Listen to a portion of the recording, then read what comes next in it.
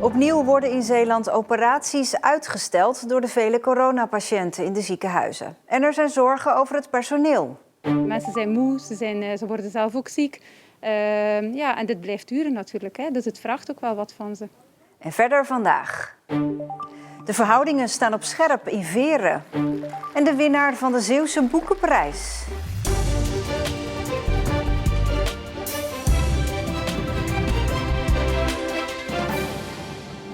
Goedenavond.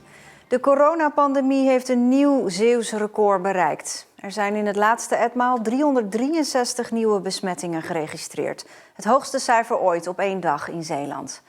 Ook het aantal ziekenhuispatiënten stijgt hard. In 3 weken tijd is het aantal vervijfvoudigd.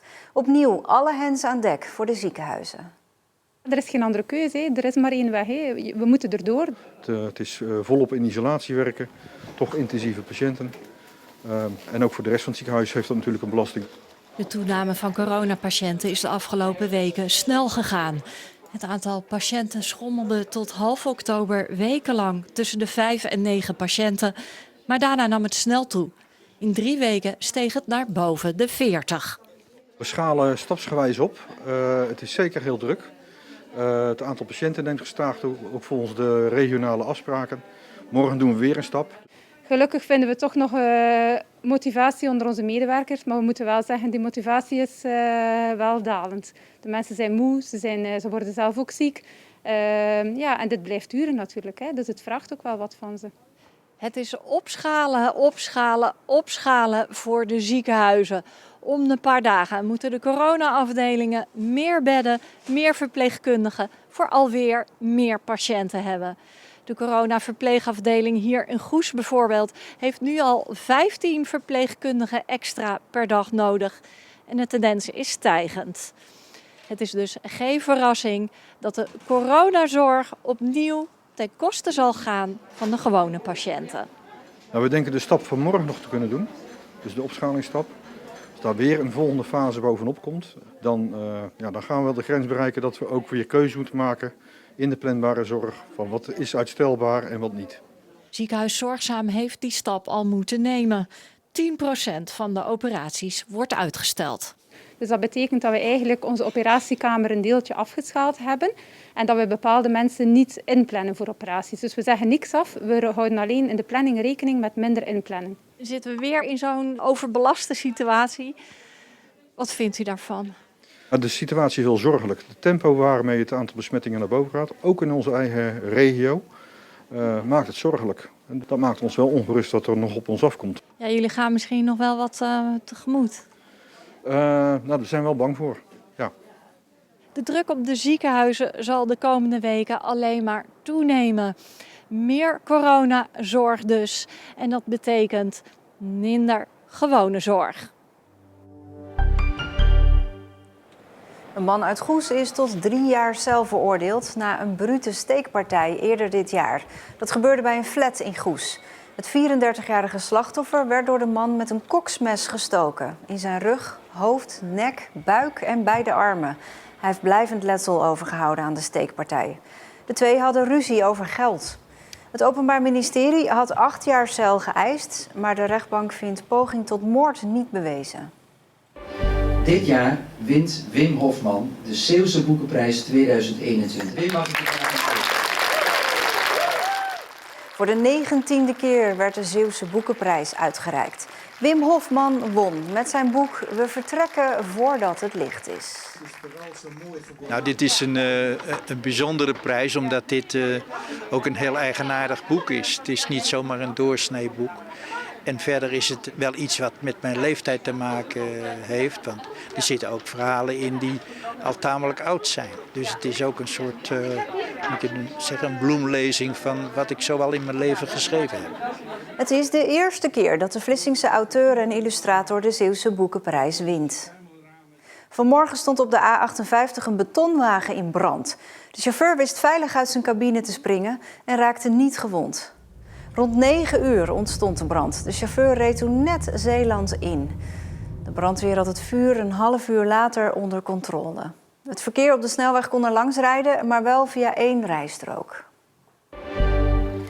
Nationale Boomfeestdag vandaag. En dus planten schoolkinderen door heel Zeeland bomen. In Scherpenisse planten leerlingen van de Groen van Prinstererschool en de Oosterscheldeschool bomen in de nieuwe speeltuin. Zullen we eens even leren scheppen? Scheppetee, kijk. Zet je er goed in? Dat je een volle schep hebt. Nou, 1, 2, 3. Hoppatee. Hoppatee. Naast walnotenbomen komen er knotwilgen, esdoorns, kersen en amberbomen rond de speeltuin te staan.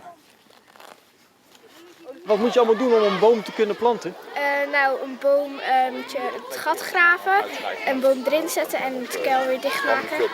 En de speeltuin, ga je daar veel spelen ook? Ja, heel veel. Ook met mijn kleine broertjes en zusjes. Ja, en zo'n boomfeestdag is niet alleen voor kinderen leuk. Voetballer Yassine Azagari is dit seizoen niet weg te denken uit het elftal van NAC Breda. De middenvelder uit Goes heeft een basisplaats veroverd en scoorde laatst zijn allereerste doelpunt als profvoetballer. En als kers op de taart mocht hij zich melden bij het Marokkaanse nationale elftal voor voetballers tot 23 jaar. Bij Yassine Azagari is de lach op zijn gezicht vrijwel altijd aanwezig. Zeker op dit moment, want met zijn basisplaats in het eerste elftal van NAC heeft hij eindelijk wat hij al een aantal jaar wil. Dit is eigenlijk waarvoor je 3 jaar geleden een contract hebt getekend, of 2,5 jaar geleden. Ja, om natuurlijk in het stadion te mogen spelen voor deze mooie fans. En dat het nu eindelijk vaak kan, is het is alleen maar genieten. Ik verwacht altijd heel erg veel van mezelf ook. En de mensen om me heen die het beste met me hebben natuurlijk, die hebben ook hele hoge verwachtingen van mij. En dat maakt me alleen maar scherp. En scherp is Azagari zeker. Pas maakte hij zijn eerste doelpunt als profvoetballer. Een moment waar hij al eventjes op zat te wachten.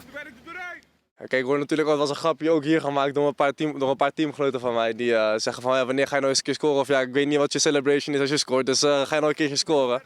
Dus hij viel er goed in. Ik denk dat de corner van Tom. En ik ben niet de eerste persoon waar ze naar kijken bij een corner. Alleen hij kwam tussen een paar man en ik kon mijn hoofd er goed tegenaan zitten. Ja, ik denk dat hij er goed in zat.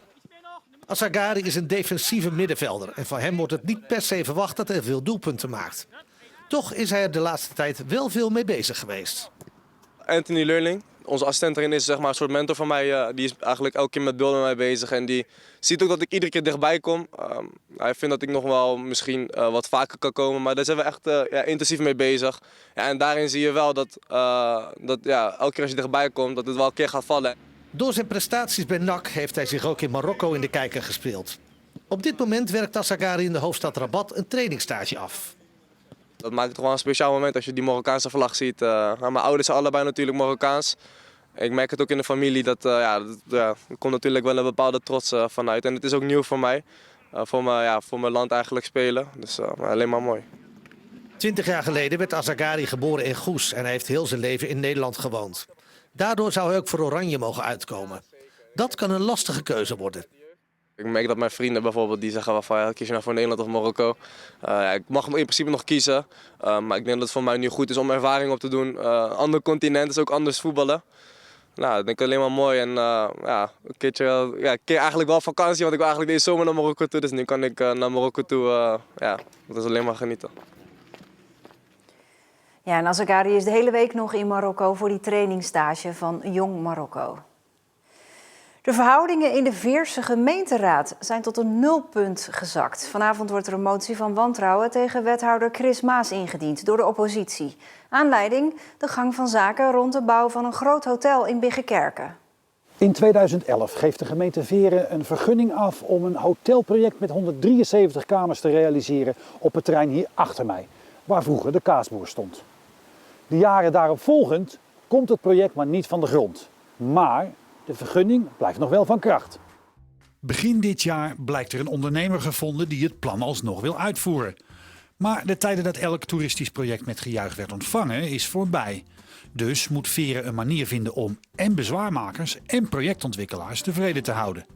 De manier waarop wethouder Chris Maas dat aanpakt valt bij een aantal raadsleden niet goed en zij leggen de zwaarste politieke kaart op tafel. Een motie van wantrouwen. Een wethouder heeft de actieve informatieplicht en eigenlijk horen wij op dit moment meer via de media dan dat wij daadwerkelijk informatie van de wethouder en het college krijgen over het kaasboerterrein.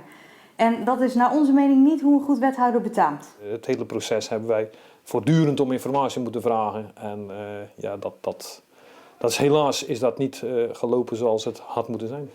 De motie legt maar weer eens bloot hoe slecht de verhoudingen zijn in Veeren. Afgelopen 3,5 jaar waren er integriteitsproblemen en verwisselden dorpsbelangen en toerisme zonder te knipperen de SGP en de VVD in voor de PvdA en het CDA. De sfeer is kribbig en wantrouwig. Het is inderdaad duidelijk een tweespalt op dit moment in de Veerse politiek. Als wij kritiekpunten uiten, worden die naast zich neergelegd. Als wij verbeterpunten aanbrengen, doet men er niets mee. En dat verhardt de verhoudingen. Het dossier van het hotel in Biggenkerken kent bijzondere punten. In februari wordt door bezwaarmakers om intrekking van de vergunning gevraagd. Maar Veeren laat niets van zich horen totdat de rechtbank ze met een dwangsom dwingt om een besluit te nemen. En vanwege zorgvuldigheid wordt in het dossier geheimhouding opgelegd.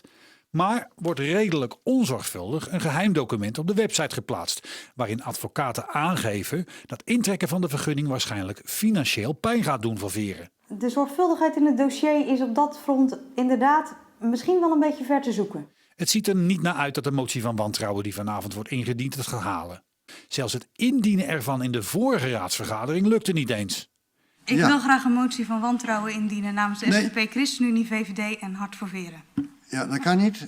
Heeft het eigenlijk wel zin? Ik denk het wel. Het geeft toch een signaal af naar de wethouder dat wij vinden dat zijn informatievoorziening beter moet.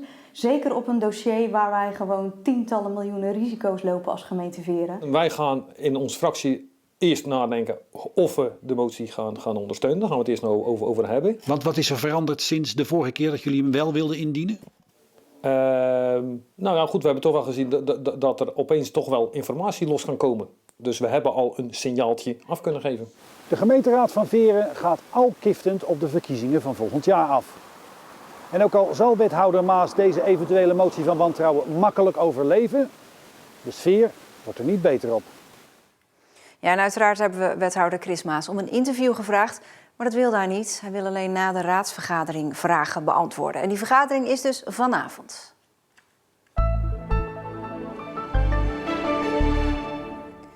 Het was voornamelijk grijs vandaag, maar het bleef wel zo goed als droog. Het werd 10 à 11 graden. Vanavond valt wat lichte regen. Morgen is er ook niet veel zon. Verspreid valt er dan een buitje of wat motregen. Vrijdag komt er meer wind en uiteindelijk ook regen. Tot zover. Ik zie u graag morgen weer bij een hele nieuwe Zeeland Nu. Fijne avond.